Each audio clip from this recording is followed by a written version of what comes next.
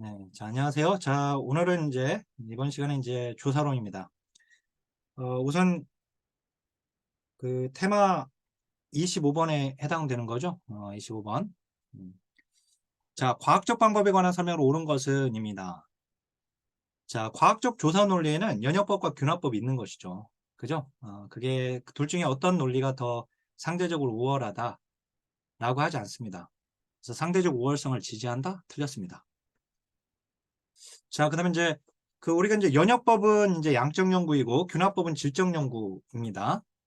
그죠? 자, 그다음에 윤리적 실천을 수행할 수 있게끔 해줍니까? 그렇지 않죠. 우리 윤리적 문제를 야기할 수 있기 때문에 우리 사회조사에 있어서의 윤리적 방법과 관련된 문제가 또 출제가 되잖아요. 그죠? 그래서 윤리적 실천을 수행할 수 없게 한다는 거. 그다음 모든 지식은 잠정적이라는 태도에 기반한다. 자, 과학적 이론은 잠정적이다. 그죠? 즉 일시적이다. 즉 반증 가능성, 허위와 가능성에 대해서 개방적이다. 그러니까 과학적 결론이라고 하는 것이, 과학적 진리라고 하는 것이, 과학적 이론이라고 하는 것이 거짓일 가능성에 대해서 개방적입니다. 그 말은 잠정적이라는 거예요. 그렇죠? 그래서 잠정적인 지식을 추구하는 겁니다.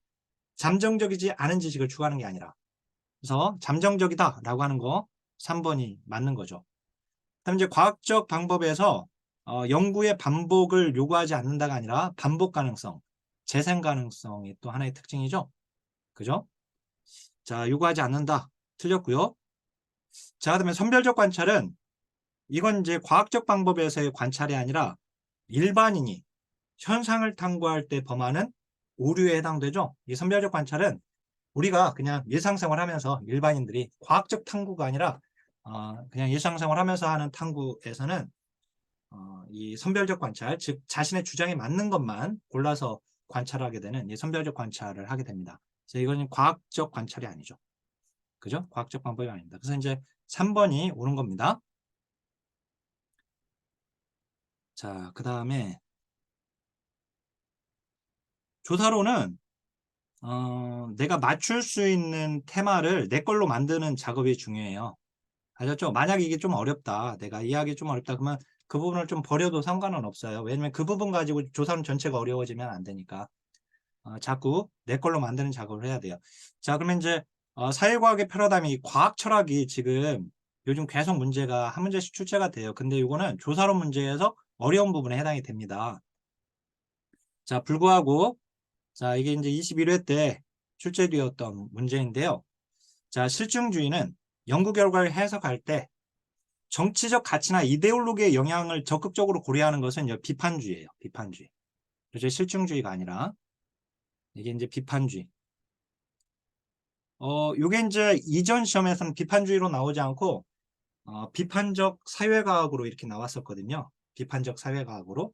그게 바로 비판주의예요. 비판적 사회과학. 자, 비판적 사회과학. 권한부여 패러다임 또는 옹호 패러다임이라고 불리는. 자, 그다음에 해석주의는 옳지 않은 것은 그러니까 1번에서 나왔어요. 근데 해석주의는 질적 연구의 인식론입니다. 그죠? 실증주의는 양적 연구에서 인식론이고, 그죠? 그래서 해석주는 삶에 관한 심층적이고 주관적인 이해를 얻고자 합니다. 그죠? 맞아요. 자, 비판주의, 사회 변화를 목적으로 사회의 본질적이고 구조적인 측면에 파악해서 주목한다. 맞고요. 후기 실증주의, 우리가 초기 실증주의와 후기 실증주의인데요. 그죠? 이 후기 실증주의에서는 객관적 지식에 대한 직접적 확증은 불가능하다. 그래서 가설에 우리 연가설에서 직접적으로 검증하지 않고 연가설에서 연가설 통해서 통계적 가설을 통해 가지고 그게 거짓이면 연구가설이 채택이 되고 그다음 연가설이 채택이 되면 연구가설은 버리게 되는 직접적 확증은 불가능하다. 자, 그다음에 포스트모더니즘은 객관적 실제와 진리의 보편적 기준을 거부합니다. 이거 맞는 문장들이죠? 맞아요. 근데 최근에 나왔던 것 중에서 우리 논리적 실증주의, 그다음 논리적 경험주의, 반증주의, 그거 그 정리해서 핵심적인 거라도 알고 있으라고 제가 강의 중에 말씀드렸죠. 그죠? 그럼 이제 토마스 쿤의 이제 과학혁명까지 과학 철학은 좀 정리를 하시는 게 좋겠고, 다만 이제 이 부분이 좀 어렵다 싶으면 일단 뭐 버려도 상관은 없습니다. 근데 토마스 쿤은 이제 공부를 해놓으세요. 그리고 이제 실증주의와 해석주의는 공부를 해놔야 하고요. 왜냐면 이제 실증주의 해석주의는 양적 요문, 질적 요문은 무조건 문제가 출제가 되니까. 자, 그 다음 이제 34번. 사회복지 조사의 연구윤리에 관한 설명으로 옳은 것을 모두 고른 것은, 자, 연구 대상을 관찰하기에 앞서 그들의 동의를 구해야 한다. 그죠? 동의 구해야죠. 자, 그 다음에 연구로부터 얻을 수 있는 사회적 이익이 비용을 꼭 초과해야만 하는 건 아니죠. 해야만 한다라고 해서 틀렸습니다. 그죠? 근데 이제 조사 과정에서 드러난 문제점과 실패도 모두 보고해야 돼요. 그죠? 자, 그 다음 이제 비밀성이 보장되면 익명성도 보장된다. 이 문장 참 좋은 문장이에요. 자, 이 문장은 지금 틀린 문장이거든요. 그죠? 비밀성이 보장된다고 익명성이 보장되는 게 아니죠. 그죠? 그러면 이 문장이 맞으려면 어떻게 해야 할까? 이 문장이 맞으려면 얘하고 얘를 바꿔버리면 돼요. 얘와 얘를. 그래서 이제 익명성이 보장되면 비밀성도 보장됩니다. 그죠? 이렇게 하면 이게 맞는 문장이 돼요. 그렇죠? 이거 이제 대별해야 하는데, 자, 잘 알다시피 우리가 이제 비밀성은 뭐예요? 비밀성은 연구자가 응답자를 알고 있지만 밖으로 공개하지 않는 것을 말을 하고요. 반면에 익명성은 연구자가 응답자에 대해서 아예 모르는 겁니다. 그러니까 익명성은 다시 한번 연구자가 응답자에 대해서 아예 몰라요. 그러니까 그걸 뭐 밖으로 공개하지 않고 공개할 수가 없죠. 뭐 어떻게 뭐 알지도 못하는데 어떻게 공개해요? 그죠? 또는 이제 공개하지 않고 뭐 알지도 못하니까 아예 응답자에 대해서 응답자를 아예 몰라요, 연구자가. 근데 비밀성은 알고는 있어. 응답자를 알고는 있지만 밖으로 공개하지 않는 거거든요. 그러니까 익명성이 보장되면 비밀성은 보장되지만 비밀성이 보장된다고 해서 익명성까지 보장되는 건 아니에요. 그죠? 비밀성은 응답자를 아는 것이고 익명성 모르는 거니까. 근데 이제 여기서 또 하나 조심하실 것은 이게 이제 익명성이 보장되어야만 비밀성이 보장된다. 그러면 또 틀려요. 자, 다시 한번. 익명성이 여기서 보장되어야만 비밀성이 보장된다라고 하면 이렇게 하면 또 틀려요. 왜냐면은 익명성이 보장되지 않는다 하더라도 즉 연구자가 응답자에 대해서 알고 있다 하더라도 그러니까 알게 되면 이제 익명성이 보장되지 않게 되죠. 그죠? 그렇지만 그래서 익명성이 보장되지 않는다 하더라도 연구자가 밖으로 공개하지 않으면 비밀성이 보장되기 때문에 꼭 익명성이 보장되어야만 비밀성도 보장된다. 이렇게 하면 틀리는 거예요. 근데 다만 이제 익명성이 보장되면 비밀성은 보장되죠. 자, 그래서 이거 지금 3번입니다. 이거 소거법 적용하라고 했어요. 문제 풀 때. 그죠? 자, 그 다음에 여기 이제 제2장 부분인데요. 기본 개념들이죠. 먼저 이 조작적 정의 문제 풀어보면 변수의 조작적 정의에 관한 선언을 옳은 것을 모두 고른 거. 자, 21회 때 문제 나온 거네요. 테마 27번인데 자, 개념적 정의를 실제로 관찰할 수 있는 수준으로 전환시키는 것이다. 그죠? 관찰 가능한 수준이 되게끔 만드는 거예요. 조작적 정의는. 개념적 정의는 추상적 세계. 그죠? 근데 이제 이건 사전적 정의죠? 개념적 정의 다음에 명목적 정의. 그죠? 그 다음에 이제 명목적 정의 다음에 조작적 정의. 순서로 보게 되면. 근데 명목적 정의는 그러니까 이 개념적 정의를 구체화시키는 방법이 이렇게 두 가지죠. 이게 구체화시키는 겁니다. 여기가. 구체화시킨 건데 명목적 정의로는 아직 측정 가능 수준이 아니다라고 했었어요. 그죠? 조작적 정의까지 와야지 측정 가능, 즉 관찰할 수 있는 수준이 되는 거예요. 그죠? 따라서 기억이 맞아요. 자, 기억이 맞았으니까 이제 3번만 날아가네요. 여기 기억 다 들어가 있으니까. 그죠? 자, 그러면 조작적 정의라면 개념의 의미가 다양하고 풍부해진다. 조작적 정의는 개념이 구체적으로 조작되어지는 겁니다. 다양하고 의미가 이렇게 의미가 다양하고 풍부해지는 게 아니라, 그래서 이제 니은은 틀려요. 니은이 다 날아가니까 지금 이제 1번하고 5번이 남게 되는데, 뭐 디귿 보면 되겠네요. 조적적 정의를 통해서 개념이 추상화되는 게 아니라 구체화되는 거죠. 구체화. 그죠? 그래서 이제 또 디귿도 틀려요. 그러면 답은 1번 나왔습니다. 그죠? 이제 소거법으로 적용하게 되면 끝까지 안 봐도 되는 상황이 발생이 되니까, 어. 자, 조작적 정의가 없이도 가설 검증이 가능하다. 아니죠. 조작적 정의를 해야지 가설을 검증할 수가 있어요. 왜? 관찰을 해봐서 측정을 해봐야 하니까. 측정을 해야지 가설 검증이 가능하니까요. 지금 무슨 말이냐면, 자, 가정환경이, 제가 강의에서 설명드렸던 가정환경이 청소년 병행에 영향을 미칠까? 그러면 이걸 이제 이런 연구 문제로 시작하게 되면 이걸 가지고 이제 가설을 만들어내게 돼요. 연구 문제에 대한 답을 구하기 위해서 가설을 설정하게 되죠. 그럼 이제 이 가설을 측정해야지 되는 거예요. 그래서 가정환경도 측정하고 그다음에 청소년 병도 측정해 봐가지고 진짜 가정환경이 안 좋은 아이들이 청소년 비행을 많이 저지르는지를 보는 거니까요. 그죠? 이게 이제 측정하게 만들어주는 것이 조작적 정의니까. 자, 그 다음에 36번입니다. 통계적 가설이 뭡니까? 통계적 가설이 연가설이에요. 통계적 가설이 연가설이에요. 연가설을 검증하는 거죠? 연가설 검증인데 이거 외우라고 했죠? 무조건 외우세요. 만약에 이 문제를 맞을 거면 외우세요. 이거 이제 맞추고 싶으면. 그래서 연가설이 맞냐, 틀리냐. 이 표. 그죠? 연가설을 채택하느냐, 기각하느냐. 한 대 맞기라고 했죠? 한 대 맞기. 한 대 맞기. 그러니까 맞기가 한 대예요. 맞기가 일종오류예요. 여기가 일종오류. 그죠? 연가설이 진짜 맞았는데 연가설을 버려버리면 그게 오류죠. 이 오류를 알파 오류라고 했죠? 이 알파 오류를 유의 수준이라고 했어요. 유의 수준. 우리 책에 이렇게 정리되어 있죠? 그러면 연가설이 맞았을 때 기각할 확률이 알파 확률이라고 한다면 연가설이 맞았을 때 채택할 확률은 1-알파가 되는 것이고 그죠? 이 확률적인 내용이라고 했죠? 자, 따라서 여기 1-알파 여기가 어디예요? 뭐예요 이게? 신뢰 수준. 여기가 신뢰 수준이에요. 그러면 봐보세요. 신뢰 수준을 높이면 신뢰 수준이 1-알파거든요. 그러면 일종 오류를 줄일 수 있다. 자, 일종 오류가 얘가 알파거든요. 알파 오류. 자, 신뢰 수준을 얘를 1-알파를 증가시키면 그러면 빼어지는 알파는 작아진다는 뜻이니까 일종 오류는 줄어드는 게 되는 거죠. 따라서 이건 1번은 맞는 문장이에요. 그죠? 자, 그러면 유의 수준을 낮추면 일종 오류는 늘어납니까? 자, 보세요. 유의 수준과 일종 오류는 같은 거예요. 일종 오류를 알파 오류라고 하고 유의 수준이라고 하는 거거든요. 그러니까 유의 수준이 곧 일종 오류예요. 얘가 얘 똑같은 거란 말이에요. 그러니까 유의 수준을 낮췄으면 어떻게 돼요? 일종 오류도 낮아지겠죠. 늘어나는 게 아니라.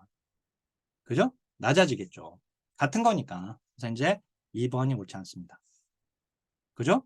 자, 제가 이제 유의 확률과 유의 수준을 비교해가지고 만약에 유의 확률이 유의 수준보다 낮으면, 즉 유의 수준이 크면 연가설은 기각되고 유의 확률이 크면 연가설은 채택된다고 했었죠? 이건 그냥 외워버리세요. 공식처럼.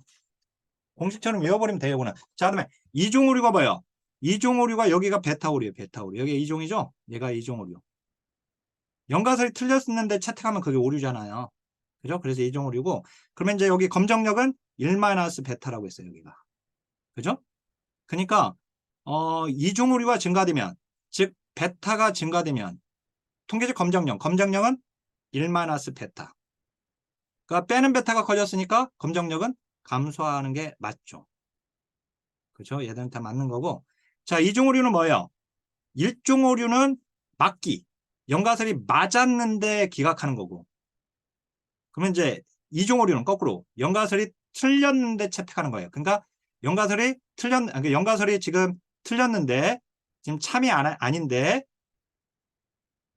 버리지 못하는 거죠. 채택했다는 거예요. 그죠? 그냥 맞는 거죠. 이해되죠? 그러니까 만약에 이 문제를 맞추고 싶으면 여기까지 봐야 돼요. 여기까지. 알았죠? 연구가설과 연가설 그 가설 부분을 맞추고 싶으면 이 통계적 가설 검역까지 공부를 해놔야 돼요. 알았죠? 그래야지 찝찝하지 않단 말이에요. 여기까지 나와버리면 또 헷갈리니까. 이 표를 외우세요. 이 표. 우리 교재에 나와 있는 표. 자, 그 다음에 이제 이 변수인데요. 이 변수, 기능적 차원에 따른 변수의 구분. 어차피 이건 나오는 거잖아요. 또 굉장히 잘 나오는 1순위입니다. 얘도. 자, 근데 여기 봐보세요. 이거 항상 이런 문제를 풀 때에는 먼저 독종을 끄집어내라. 독립변수와 종속변수가 뭔지를 먼저 파악해내라. 아셨죠? 자, 보세요. 변수가 몇 개 있는지 볼까요? 가정폭력이 피해 여성의 우울증에 미치는 영향은 여성이 맺고 있는 사회적 네트워크 수준에 따라 달라진다. 그죠? 여기까지인데 문장이. 자, 일단 가정폭력이 보이네요. 그 다음에 여성의 우울증이 보이네요. 그 다음에 사회적 네트워크 수준이 보이네요. 그죠? 여기서 일단 독종을 끄집어내야 돼요. 먼저 영향을 주는 쪽 누구? 가정폭력이 우울증에 미치는 영향이라고 했으니까 누가 누구한테 영향을 주고 있어요? 얘가 독립변수가 돼요. 가정폭력이 우울증에 영향을 주는 거죠? 우울증이 종속변수가 되는 거예요. 그죠? 자, 여기 A가 B에 영향을 준다. 그러면 얘가 독립변수, 얘 종속변수인데, 근데 사회적 네트워크 수준에 따라서 달라진대요. 뭐가? A와 B의 관계가. 즉, 독립변수와 종속변수의 관계에 영향을 미치는 거. 얘가 바로 조절변수예요. C. 얘가 조절변수. 그죠?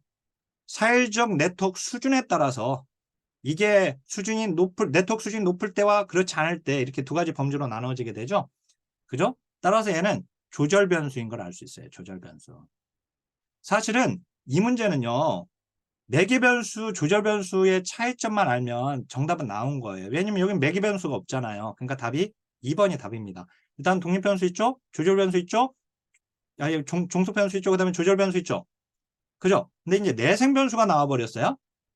내생 변수는 제가 강의에서 말씀드린 것처럼 얘는 이제 모형 내에서 생성되었느냐 여부를 가지고 얘기하는 거죠. 자, 연구 모형 내에서 다른 변수의 결과 변수가 한 번 정도 된 것은 내생 변수가 되는 거예요. 그렇지 않은 것은 외생 변수가 되고. 그러니까 모형 내에서의 생성 여부로 보게 되면 그러면 이 독립 변수 얘는 외생 변수가 되는 것이고 얘는 누구한테도 영향을 받지 않았으니까. 근데 얘가 이제 우울증은 독립 변수에 영향을 받아서 결과가 됐으니까 얘가 내생 변수가 되는 거예요. 알았죠? 여기서는 이렇게 되는 거예요. 근데 만약에요. 자, A가 B에 영향을 주고 B가 C에 영향을 줘가지고 A가 독립변수, 얘가 종속변수, 얘가 매개변수로 만약에 연구모형이 이렇게 되어 있다면 매개변수와 종속변수가 내생변수가 되는 것이고요. 독립변수가 외생변수가 되는 거예요. 알았죠? 연구모형 내에서 한 번이라도 영향을 받았던 거 얘가 매개변수는 독립변수에 영향을 받았고 종속변수는 매개변수에 영향을 받았으니까 이렇게 자, 근데 우리가 기능에 따른 외생 변수는 또 다르죠? 기능에 따른 외생 변수는 다른 거예요. 자, 기능에 따라서 할 때에는 지금 여기서 말하는 외생 변수와 지금 설명하는 외생 변수는 다르다고 했습니다. 뭐냐면은 A가 B에 영향을 미칠 것이다. 그죠? 얘가 독립 변수, 얘가 종속 변수인데 알고 봤더니 C가 있었어요. C가 A에도 영향을 주고 C가 B에도 영향을 주다 보니까 독립변수가 종속변수에 영향을 미치는 것처럼 보였던 거. 이때 이 C를 외생변수라고 해요. 이건 기능적 차원에 따른 구분이죠. 그죠? 즉, 기능적 차원에서의 외생변수는 독립변수, 종속변수 모두에 영향을 미칩니다. 그죠? 따라서 이때 두 변수 간의 관계, 즉 독립변수와 종속변수의 관계를 명확하게 알기 위해서 외생변수를 이때 통제하면 독립변수와 종속변수의 관계는 아무런 영향을 미치지 못한다. 이렇게. 이제 이때 말하는 외생변수와 여기 지금 말하는 외생변수, 요거는 지금 서로 다른 개념이에요. 알았죠? 기준이. 예. 다시 한번 지금 설명해 드렸고요. 자, 그 다음에 이제 38번. 이런 문제는 그냥 나와주면 그냥 맞춰줘야 돼요. 이런 거는. 너무 쉬운 거니까. 조사론 전체가 다 어렵지는 않아요. 어려운 부분이 딱 5군데 정도 굳이 세어보면 그 정도 되는데. 자, 사회조사 유형에 관한 설명으로 옳은 것을 모두 고른 거. 자, 사회조사의 유형은 기준에 따라서 먼저 조사 목적, 즉 연구 이유. 이게 연구 이유죠. 연구 이유, 즉 조사 목적에 따라서 구분할 때는 탐색 기술 설명적 조사로 구분한다. 그죠? 그래서 이제 이 기준도 외우라고 했죠? 탐색 기술 설명. 그러니까 기억이 맞았어요. 수급법 한번 적용해 볼까요? 얘 날라가죠. 그죠? 기억이 들어가야 하니까. 자, 패널 조사와 동년배 조사는 동일 대상인에 대한 반복 측정의 원칙. 자, 패널 조사는 동일 대상이죠. 응답자가 고정되어 있죠. 동일 대상 반복 측정의 원칙이라고 했죠. 그지만 동년배 집단은 매번 조사할 때마다 응답자가 달라져도 상관없죠. 다만 특정 조건을 갖추고 있어야지 돼요. 반드시. 그죠? 즉 동년배 집단의 경우에는 동년배 집단 조사, 코호트 조사는 매번 조사할 때, 예를 들어서 베이비부머 세대를 연구한다. 그러면 매번 조사할 때마다 응답자가 달라져도 상관없지만 베이비부머 세대여야지 되죠. 그죠? 그지만 동일 대상인은 아니어도 되죠. 근데 패널은 반드시 동일 대상 반복이 돼야 돼요. 그죠? 응답자가 고정되니까. 그러니까 여기서 동년배 집단 조사가 빠져버리면 그러면 이 문장은 맞는 거예요. 얘가 빠져야지. 알았죠? 패널 조사는 매번 반복 측정할 때 동일 대상이어야 하기 때문에 패널 탈락, 패널 사망이 이제 단점에 들어가는 거예요. 왜냐면은 다른 사람으로 대체할 수가 없으니까. 아셨죠? 만약에 다른 사람으로 대체할 수 있으면 패널 사망은 문제가 안 돼요. 패널 조사에서. 근데 이제 다른 사람 대체할 수 있으면 누가 도중에 나는 더 이상 참여하고 싶지 않은데요. 그러면 그래요? 참여하지 마세요. 다른 사람은 대체하면 되니까. 누가 느닷없이 이민 가버리거나 연락이 두절되다 하더라도 그래 연락 두절됐어? 그럼 다른 사람을 대체하면 되는데 근데 그게 안 되니까 문제예요. 패널은. 그래서 패널 사망이 그래서 문제가 되는 겁니다. 동일 대상 반복 측정의 원칙은 패널 조사밖에 없다. 알았죠? 따라서 이제 니은이 또 틀렸네요. 니은 들어간 거 제끼면 답은 2번. 바로 나오잖아요. 그래서 소거법을 적용하면 이렇게 답이 빨리 찾아지게 된다.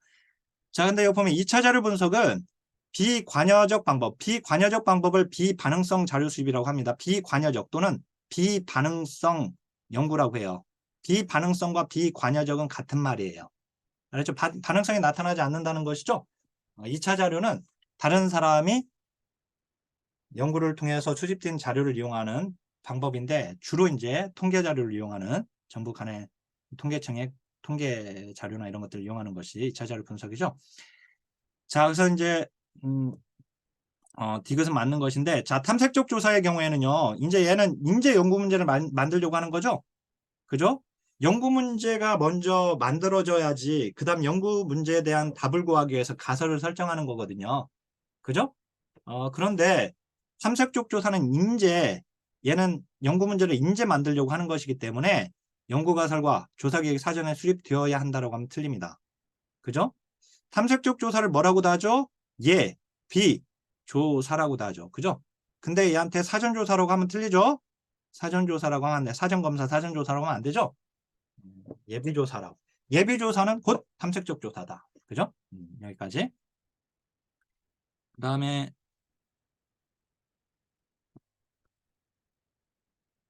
이제 설문지 작성인데 여기는 출제 빈도가 1순위 정도는 아니지만 자 그래도 여기 이제 나와주면 감사한 거라고 했는데 이거 나오면 그냥 맞출 수가 있으니까 자 설문지 개방형 질문은 응답률을 높이기 위해서 설문지 앞부분에 배치한다. 그러면 안 되죠? 매몰 비용 효과죠? 매몰 비용 효과라고 했어요. 그죠? 앞에서는 응답하기 쉽게끔 하라고 했어요. 그래서 이 개방형 질문은 뒷부분으로 가야 돼요. 뒷부분. 앞부분이 아니라. 그죠? 그다음에 이제 수반형 질문. 수반형 질문은 우리 시험에 이걸 개연성 질문으로도 나왔고요. 또는 이걸 부수적 질문으로도 나왔습니다. 용어 다 알고 있어야 하고 수반형 질문이 많아지게 되면 응답률은 떨어집니다. 왜? 자꾸 이쪽으로 가라 저쪽으로 가라 시키니까 복잡해집니다. 그죠? 자, 명확한 응답을 얻기 위해 이중 질문 사용하면 안 되죠. 응답자의 특성과 무관하게 작성되면 안 되죠. 그죠? 응답자가 알아들을 수 있게끔 해야 합니다. 자, 신뢰도를 측정 위해 도입되는 문제의 짝은 가급적 떨어뜨린다. 그죠? 맞죠? 분리 배치한다. 가급적 떨어뜨린다. 라고 해야죠. 신뢰도 측정을 위해 도입되는 문제의 짝은 함께 배치한다고 하거나 가까이 배치한다. 이렇게 하면 안 된단 말이에요. 알았죠? 멀리 떨어뜨린다. 분리한다. 분리 배치한다. 그죠? 네, 따라서 이제 5번이 답입니다. 자, 그 다음에 40번. 자, 21회 때 이번에 나왔네요. 이건 뭐 무조건 나오는 거잖아요. 그죠? 변수의 측정 수준, 명목, 서열, 등간, 비율인데, 그죠?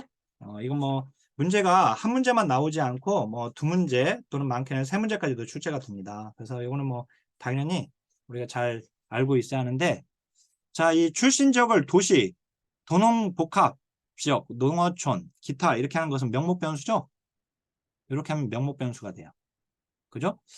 자, 우리가 명목, 그 다음에 서열, 그 다음에 등간, 비율이 있었는데 명목에서 가능한 거 앞자 따가지고 외우라고 했죠. 빈, 최, 백, 교. 그죠? 이제 서열에서는 중, 중위수, 중앙값. 그죠? 그 다음 이제 등간으로 오면 산술평균. 그죠? 비율 변수로 오게 되면 모든 게 다 가능하고. 그죠? 가능한 통계 분석 방법에서요. 당연히 명목이 할 수 있는 것은 서열도 다 할 수 있는 겁니다. 그죠? 등간은 명목과 서열로 가능한 거 다 할 수 있고 비율은 이걸 다 할 수 있는 거예요. 알았죠? 자, 그러니까 여기 지금 명목인데 기억인데요. 빈최백교에 들어갔죠. 최. 그죠? 맞는 거예요. 그죠? 맞아요. 자, 니은 교육 수준 무학이냐? 그 다음에 초등학교 졸업인 중학교는 이거 뭐예요? 서열이잖아, 이건 서열. 그죠? 서열이니까 중위수. 아까 중위수 가능하죠. 그죠? 맞아요. 자, 그 다음에 가출 경험 유무. 명목이죠. 이렇게 되면 명목이에요. 명목이니까 빈치 백교에서 백자가 들어갔네요. 백분율 가능하죠. 그죠?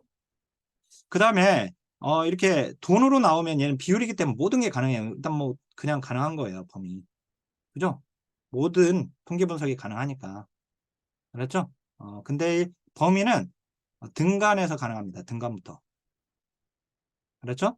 자, 그러면 산술평균. 저 여기 보면 그냥 연령이라고 하면은요. 본래는 비율 변수인데 근데 여기 보니까 측정을 이렇게 했단 말이에요. 10대, 20대, 30대, 40대, 50대 이렇게. 그러니까 이렇게 돼버리면 이렇게 연령을 이런 식으로 물어보게 되면 이건 뭡니까? 이렇게 되면 서열이 돼버려요. 서열이. 그죠? 서열에서는 산술평균이 불가능합니다. 알았죠? 그래서 답이 5번이에요. 자, 이렇게 정리하면 되시고요. 그 다음에 이 척도에 관한 설명을 옳지 않은 거. 자, 이거 보면 보가더스는 사회적 거리 척도죠. 사회적 거리감, 인종, 민족 간의 사회적 거리감인데 누적 척도의 한 종류죠. 뼈대 잡으라고 했어요. 뼈대 먼저 서열 척도. 서열 척도는 반드시 잡아야 돼요. 서열 척도는 뭐가 들어가죠? 평정 척도. 그 다음에 리커트 척도. 그 다음에 누적 척도. 근데 이 누적 척도가 둘로 나뉘죠. 보가더스와 거트만. 이렇게. 그죠? 자, 여러분 의미분화 척도는 한 쌍이 반대되는 형용사를 사용하죠? 맞아요. 리커트 척도. 각 문항은 등간이 아니라 서열이라니까 리커트는. 그죠? 3번이 옳지 않아요. 그죠? 거트만도 서열이겠죠. 거트만 여기 서열이잖아요. 서열. 누적 척도이지만 서열이에요. 그죠? 서스톤 척도는 얘는 등간 비율 척도인데 얘에서는 알아야 할 것이 리커트 척도와 구분해서 알아야 할 것은 리커트 척도는 사전평가자를 두지 않는다. 그죠? 근데 서스톤 척도는 사전평가자를 둔다. 그리고 리커트 척도보다 서스톤 척도가 개발하기가 더 어렵다. 그죠? 많은 시간과 노력이 요구된다. 이 정도 좀 기억하면 되고요. 자, 그 다음에 자, 신뢰도로 왔습니다. 신뢰도 한 문제, 어차피 타당도 한 문제예요. 자, 신뢰도에 관한 설명을 옳은 것은 일관성, 안정성으로 표현될 수 있는 개념이죠. 맞네요. 신뢰도. 자, 이때의 신뢰도는 뭐예요? 내가 측정도를 만들었어요. 측정도구가 뭐예요? 설문지. 그죠? 우리가 키를 잴 때는 자가 필요하고 몸무게를 잴 때는 체중계가 필요한 것처럼 사회현상을 측정하기 위해서는 설문지로 측정하는 거예요. 그죠? 설문지가 척도입니다. 측정 도구죠. 내가 만든 설문지가 그걸 측정했을 때 그 값을 믿을 수 있느냐 여부야. 신뢰할 수 있느냐. 그것은 측정 도구의 일관성, 값의 일관성, 안정성으로 표현될 수 있는 거예요. 알았죠? 반복 측정했을 때 값이 유사 또는 같아야 한다. 그죠? 자, 근데 측정 도구가 의도하는 개념의 실질적인 의미를 반영하는 정도는 타당도죠. 얘는. 자, 검사 재검사법 신뢰도는 얘는 가장 널리 사용되는 게 아니죠. 가장 널리 사용되는 건 얘가 아니라 뭐예요? 크롬바 알파. 그죠? 자, 사회적 바람직선 편향은 얘는 체계적 오류입니까? 비체계적 오류입니까? 체계적 오류. 그 체계적 오류에서는요. 뭐 관용의 오류, 가혹의 오류, 중앙집중 경향의 오류 이런 것들은 시험에 나온 적이 없어요. 우리 시험에. 중앙집중 경향의 오류가 옛날에 이제 그 2회 때인가 3회 때 보건 문제라서 그건 진짜 나왔는지는 모르겠고 근데 이제 최근에는 걔들은 안 나왔어요. 체계적 오류에서는 딱 두 가지만 나왔습니다. 사회적 바람직성의 편향하고 문화적 편향. 유도성 질문이 또 나오고 있고. 근데 이제 어떻든 얘들은 체계적 오류예요. 체계적 오류는 뭘 떨어뜨려요? 타당도를 떨어뜨려요. 신뢰도가 아니라. 비체계적 오류가 신뢰도를 떨어뜨리는 거죠? 그죠? 자, 특정 개념을 측정하는 문항수가 많아지게 되면 크롬바 알파 값은 커진다. 크롬바 알파 값이 커졌으니까 신뢰도는 증가된다. 그죠? 따라서 답은 1번이 답입니다. 자, 그 다음에 타당도에 이제 어차피 신뢰도 한 문제, 그 다음 타당도 한 문제 나올 거예요. 항상 문제가 그렇게 나오니까. 그죠? 자, 타당도에 관한 설명을 옳은 것을 모두 고른 것은 자, 타당도는요. 내가 만든 진 측정 도구가 이걸로 측정했을 때 정확하게 측정할 수 있느냐 여부예요. 그리고 실험 설계에 있어서의 내적 타당도, 외적 타당도는 여기서 말하는 타당도하고 아무 관련이 없어요. 그래서 타당도를 여기서 이제 신뢰도 타당도, 이게 신뢰도와 타당도로 구분되고 또 타당도가 내적, 외적으로 구분되고 이 엉터리 같은 설명에 이렇게 말하면 알았죠?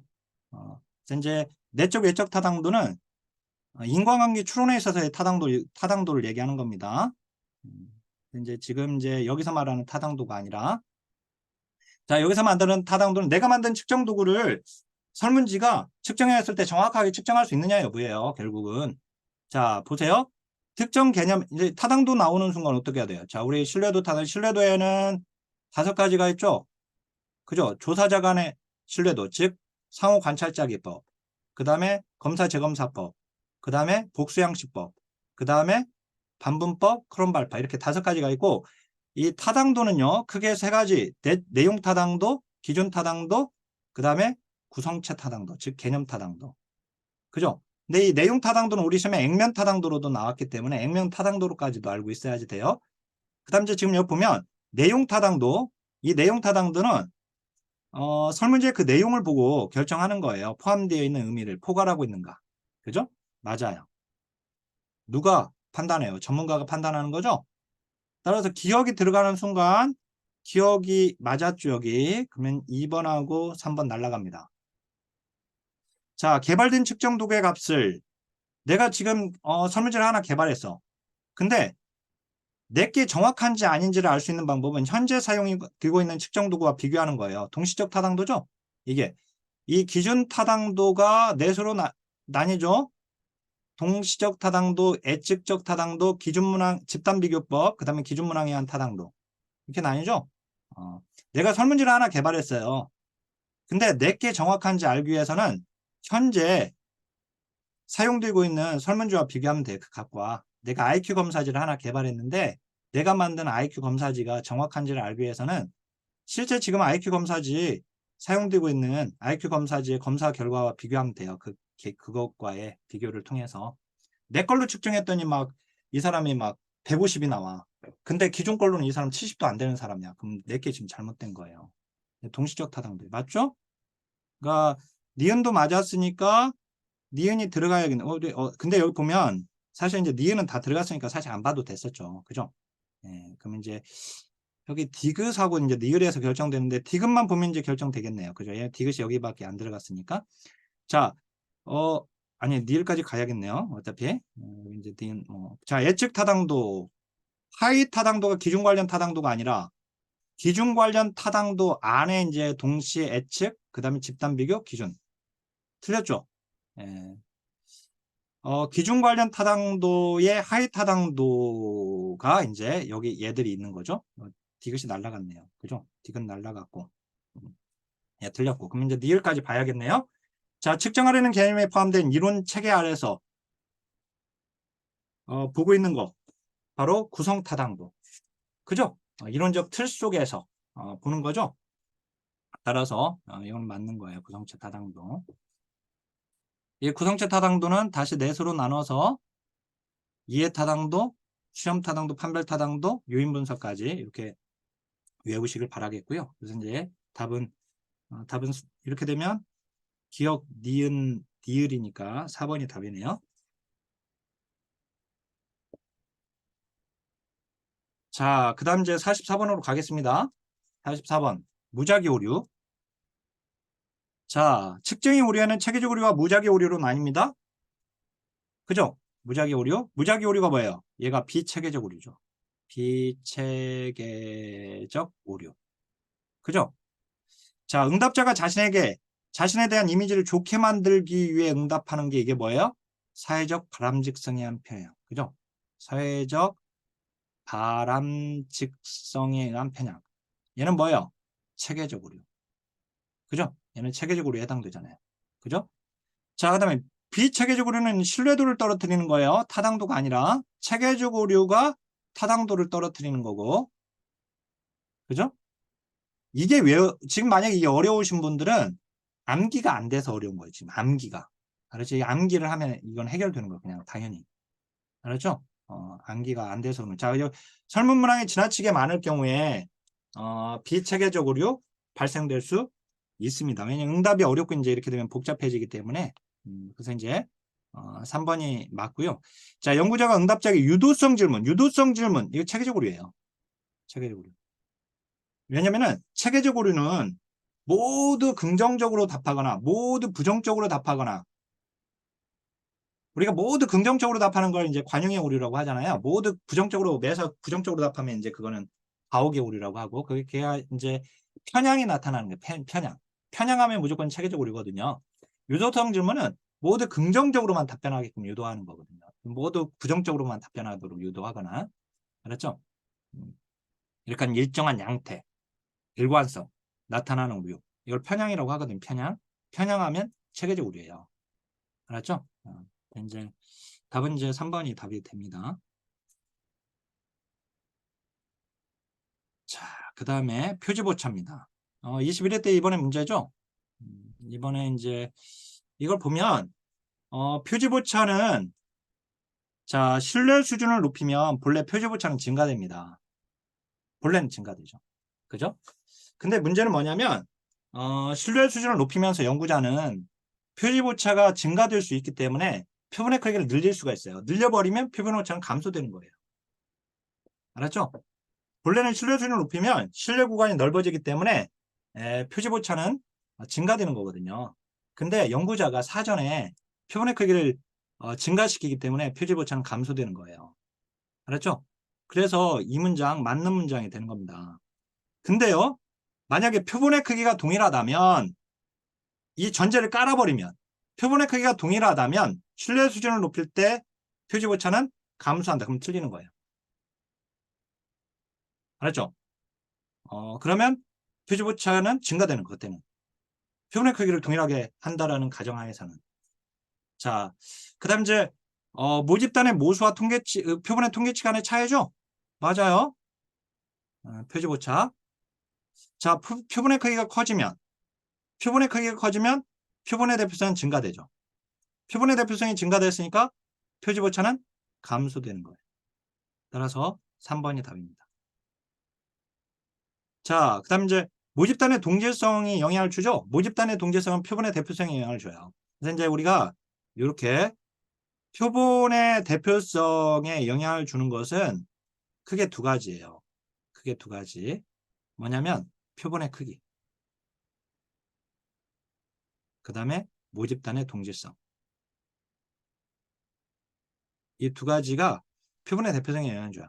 즉 표본의 크기가 커지거나 모집단이 동질성이 높을수록 동질적일수록 표본의 대표성은 증가되는 거예요. 표본의 대표성이 증가됐으니까 표지오차는 줄어들죠. 그죠? 표지오차 또는 표본오차라고도 하죠. 얘를 표본오차. 그죠?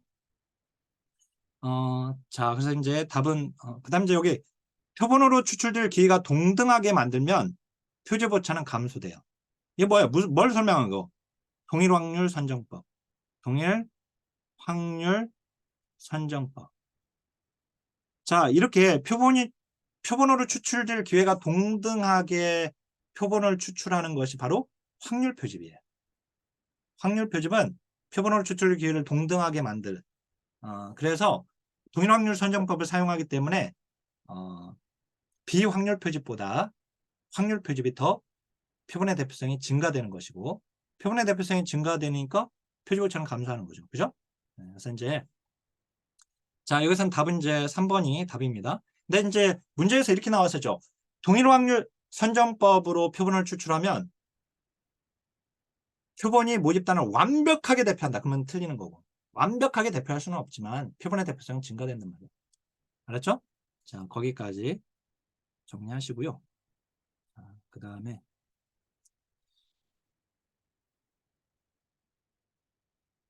자, 이제 표본의 크기에 관한 설명으로 옳지 않은 것은, 자, 표본의 크기가 클수록 시간과 비용이 많이 들겠죠. 그죠? 그 다음 이제 신뢰 수준을 높이려면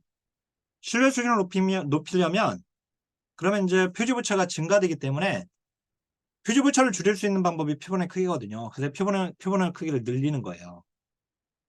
그러면 결과적으로 표지부차는 감소되는 것이고. 알았죠? 자, 그 다음에 이제 표본의 크기가 증가하면 표본오차, 즉 표지오차입니다. 표지오차는 감소하겠죠. 표본의 크기가 커지면 아까 모집단의 표본의 대표성은 증가되니까 표본오차가 표지오차예요. 똑같은 말이에요. 똑같은 말. 작아지겠죠. 그죠? 옳지 않은 건 3번입니다. 모집단이 이질적이 번이면 모집단이 아까 동질적일수록 이제 표본의 대표성이 증가된다고 했고, 자, 여기 모집단이 이질적인 경우는 표본의 크기를 늘려야죠. 왜? 그 이질적인 요소 하나하나가 다 포함되어져야 하니까. 그럼 표본의 크기를 늘려줘야겠죠. 그죠? 자, 같은 표본 추출 방법을 사용한다면 표본의 크기가 클수록 대표성은 커지는 거죠. 그죠? 따라서 답은 3번이 답입니다. 예. 자, 제가 여기서 잠깐